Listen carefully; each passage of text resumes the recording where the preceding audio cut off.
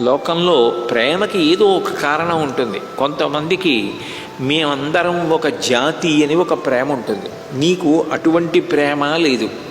అయ్యో నా సోదరుడు రావణాసురుడు, ఆయన కొడుకు వీడు కాబట్టి నాకు కొడుకు అవుతాడు అన్న ప్రేమ లేదు.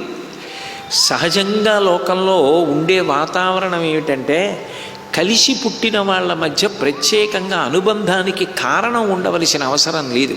స్నేహము అన్న మాటకు అర్థం ఏమిటంటే భావములు ఏకీకృతమైన కారణం చేత ఒకరి పట్ల ఒకరికి ప్రేమ ఏర్పడి విడిపోకుండా ఉండగలిగి ఒకరి మనసులలో ఒకరు ఉండి ఒకరి యొక్క క్షేమాన్ని ఒకరు కోరుకునేటటువంటి లక్షణం ఏర్పడుతుంది. అలా అంటుకుని ఉండడాన్ని స్నేహము అని పిలుస్తారు.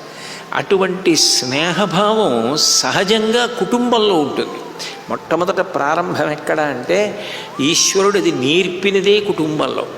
అమ్మ దగ్గర మొదలై నాన్నగారు, తోబుట్టువులు, వీళ్ళ మీద ప్రేమకి కారణాలు ఉండవు. మా అక్కని ప్రేమించడానికి కారణం ఉండదు.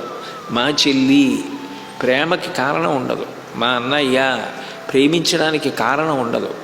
మా అక్క అనగానే ఒక ప్రేమ, మా చెల్లి ఒక ప్రేమ, మా అన్నయ్య ఒక ప్రేమ, మా తమ్ముడు ఒక ప్రేమ, బంధువులు వీళ్లతో నాకు ఒక అనుబంధం ఉన్నది ప్రేమ. ఇది విస్తరిస్తుంది. దానికి కారణములు ఉండవు. కారణము లేకుండా ప్రేమ పొటమరించడానికి అవకాశము కుటుంబమునందుంది.